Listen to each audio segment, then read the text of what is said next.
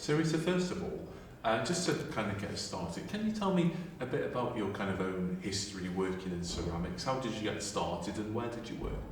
I left school when I was 15 and I went to work on Adderley Floral China, which was in Longton, and I was a flower making trainee at the age of 15. So they gave you up to about 2 years to learn the whole range of different flowers that you were taught. That's really nice. It's just like a load of kids in tracksuits. Is it? Yeah, I've seen them coming out. Do that one more time. Is that mic? Have you put that mic there? You can't go any closer. You can try it a little bit closer because I couldn't see the camera when I pushed it in. I'm always keen just to get the mic as close as possible, basically. Yeah, it's fine. Don't worry about getting there. I'm going to do that one more time. Then, Rita. Yes, so, yeah. First of all, tell us then, how did you kind of get started working in ceramics? I left school at 15, and in those days, this was 1972, there were so many jobs that I went on to the local factory, which was Adderley Floral, and became a flower making trainee, as did family previous to me, aunts and great aunts. So it was quite a natural thing to go into, if you like, when you left school. Fantastic. And how long were you there for? I was on Adderley Floral for 18 years, and then I left and had my son, and I never went back after my maternity leave, but I did 18 years for them. Fantastic. So kind of like casting your mind back now then, can you tell us a little bit about your role and kind of what you did, please? Yes, I was on Piecework. I was earning my wages, working very fast every day, along with other ladies. And we were just trained in the one skill, so I got really, really good at what I did, and also really fast. So I was making dozens and dozens of all different flowers every day, and just enjoying it, basically. It was hard work, but I really enjoyed it. So for the uninitiated, like myself, or at least how I used to be, can you tell me what is piecework and what did that mean to you? Yes, piecework is you paid for every piece, basically. So the more flowers I made, the more wages I got paid. And I was paid by the dozen. So I would make around about 35 dozen a day to earn my wages. How did you feel about kind of piecework? Was it something that you thought was great because you could earn lots of money, or was it something you weren't a huge fan of? I couldn't wait, actually, to go on to piecework because I could earn wages. I was a young girl, just left school, and I wanted to learn and train. And I did enjoy the job right from day one, really. I just loved everything about the factory and the girls and the fun we used to have. So I knew that I was going to enjoy it and also earn a good wage if I buckled down and behaved myself and learned, like the other girls. You mentioned then that, it was a great place to work. What kind of an atmosphere was it and what was it like? It was fun, it was hard work, you had to do as you were told, you had to listen and learn and pay attention. You had to get everyone's lunch at lunchtime when you were a trainee. So it was a mixture of everything. It was just, I felt very grown up when I left school, but I also felt as if I was looked after too, because there was so many different age ranges in the flower making shop that there was always someone to look out for you.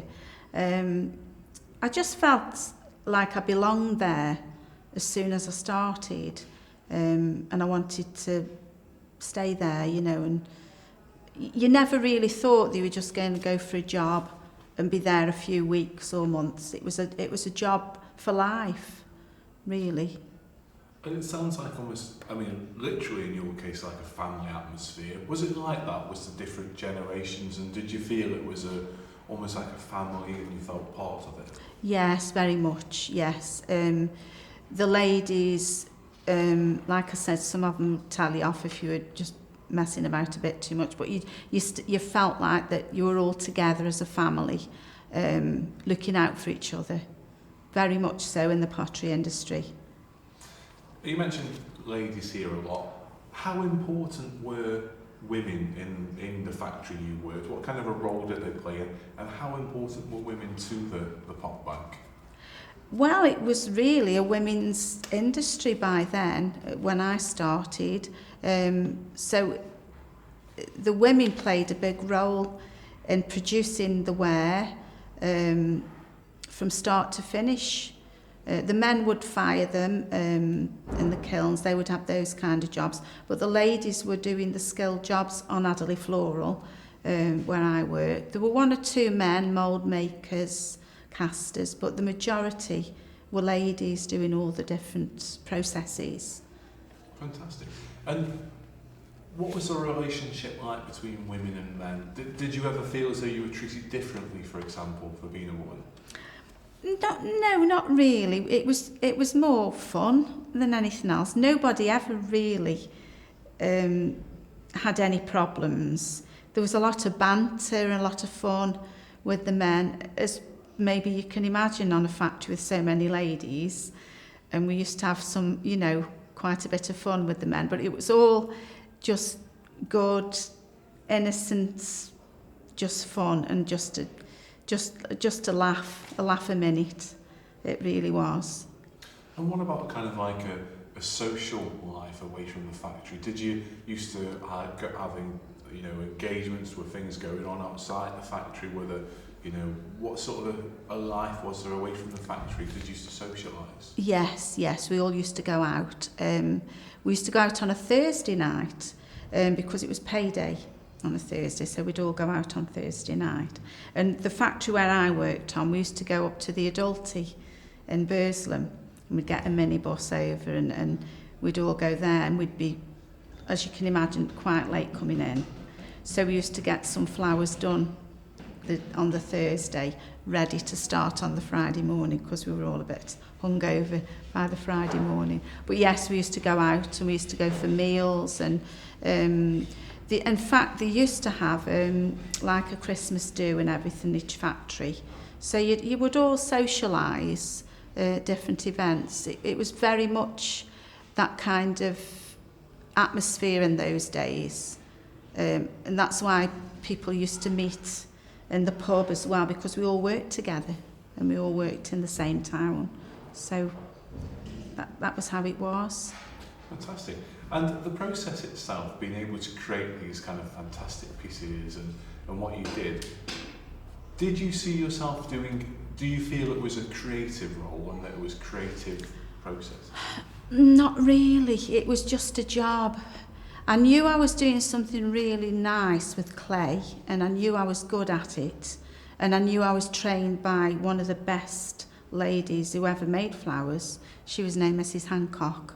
She was fantastic, but you didn't really think you were doing anything special because you were one of so many people, ladies making these flowers. No, it was just a job, and you were earning your wages.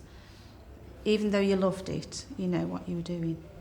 When you kind of think about what you did and the pieces that you kind of created might have been sold all around the world, but were you kind of proud to be involved in that? And if so, why were you kind of proud to be involved in the pottery industry?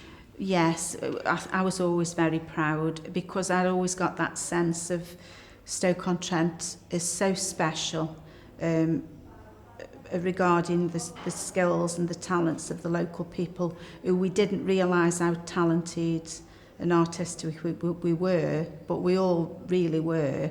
So I was very proud of that, always was and always will be. Yes, it's a very special place, very unique place, Stoke-on-Trent, for that reason. When I know you might not have still been working in the industry, but you're probably aware of it. When the pottery industry started to fall into a bit of a decline and jobs went abroad and things like that, how do you feel that affected the local area? It ripped the heart out of it. I feel it just completely ripped the heart out of the area, because it wasn't just one person on the factory. You won't hear my voice on the film, So would you mind just kind of putting that answer into context? So by Yes. starting the answer with something like the decline of the pottery industry ripped the heart out, Yeah. because it's a really nice answer. Yeah. So Rita, how do you feel the decline of the pottery industry affected the local area? The decline of the pottery industry ripped the heart out of Stoke-on-Trent. I saw it happening probably 10 years before it really got bad, and it completely ripped the heart out of the area because the factories employed families, friends, people you'd worked with all your life, and if one person was made redundant, maybe a family, a husband and a wife would be made redundant at the same time, because people met on the factories and got married and had children, had families. So it completely ripped the heart out of the area.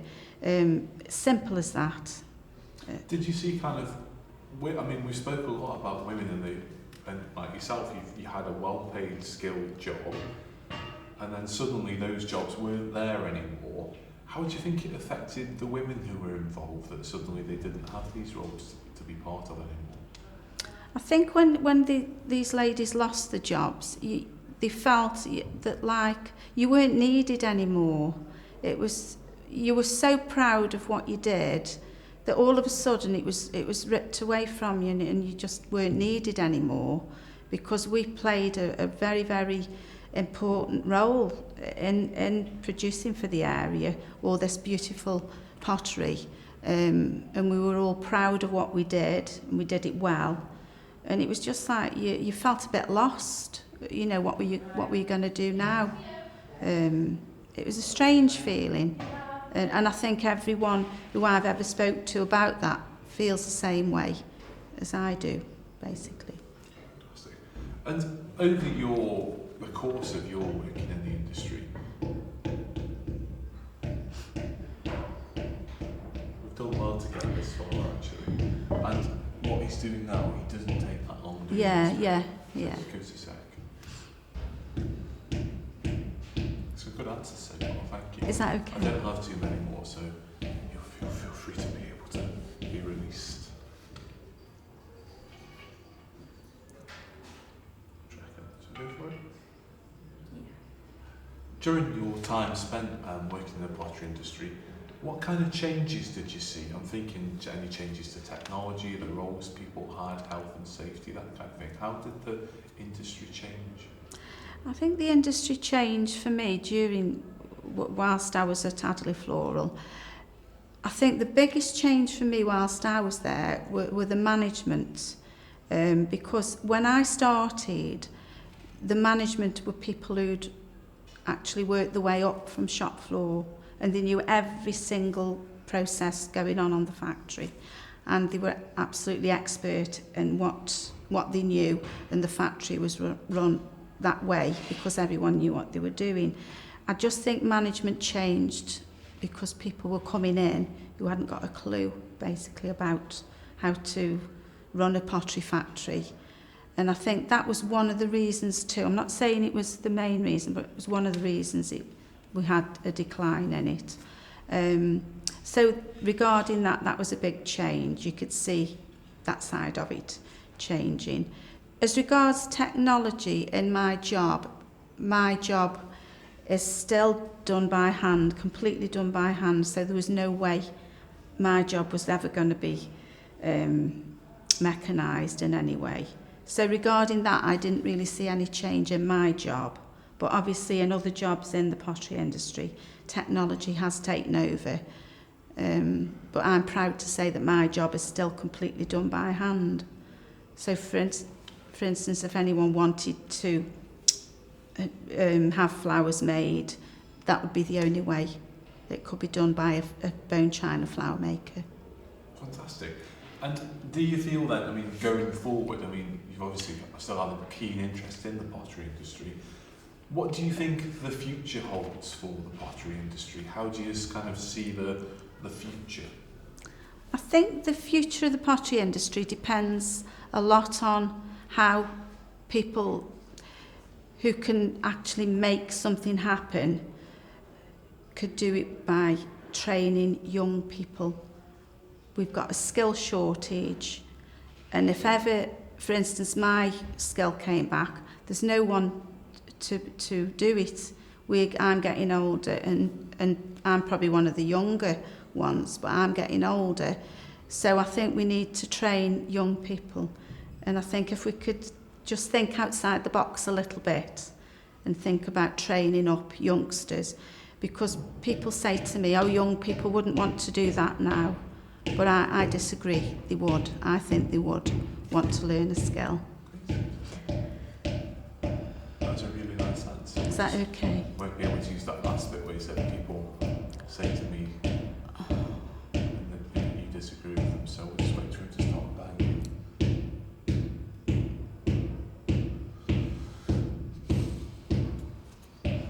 Sorry about this. No, it's fine, don't worry. For what it's worth, we've been dealing with it all day, so.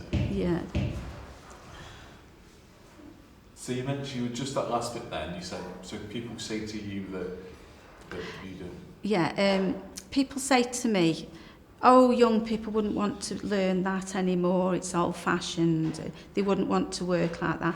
I disagree. I think young people would love to learn a skill, like my skill. We're just okay there, we said skill. Is that okay? Yeah, I mean, I think we're just about to get away with it.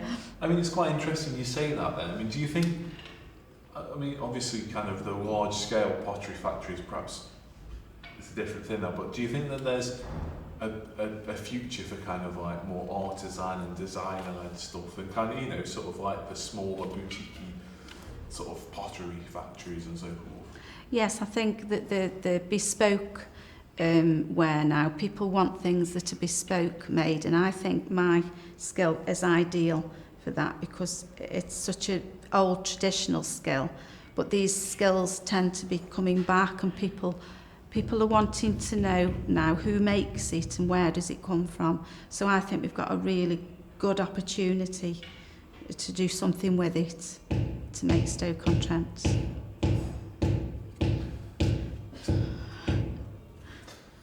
Okay, so I just there were some really good answers. Is that okay? I'm just going to check my questions.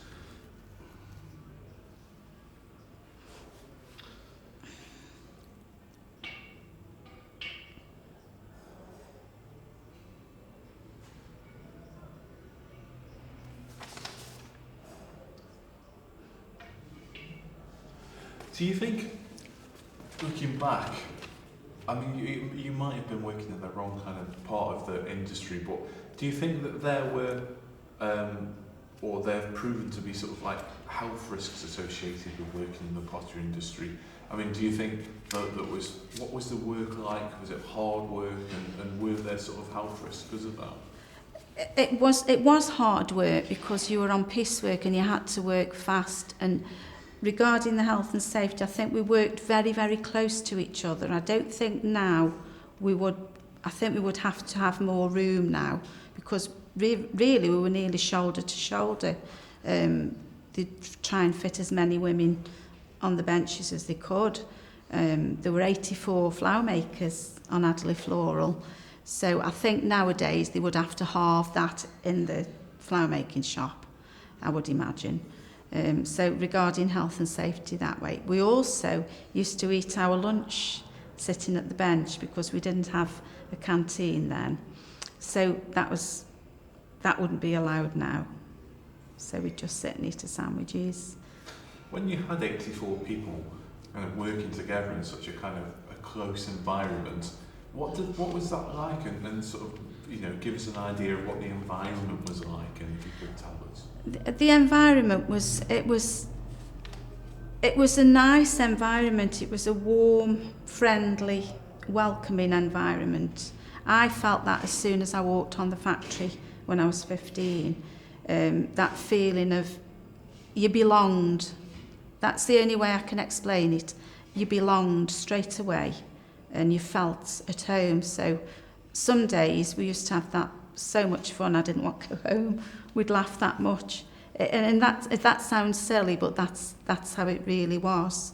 It was just a wonderful industry to work in. We worked hard, but we made such good friends, and And like you say, it was like family. And just once more, I'm just going to ask you about, I really like the story about going up to Burslem and preparing some pieces because you knew you'd be out the night before. And I thought Oh, there yes, might yeah. have been some hammering over the top. Yeah. So can you tell us, Rita, just a little bit about that kind of, again, sorry to repeat it, but about that kind of social experience and what you did and where you went to, please? Okay, so we used to socialise. We all used to go out together as well. So it was generally on a Thursday night, and we would go up to the Adulty in Burslem. We would get minibus, probably a couple of minibuses over there.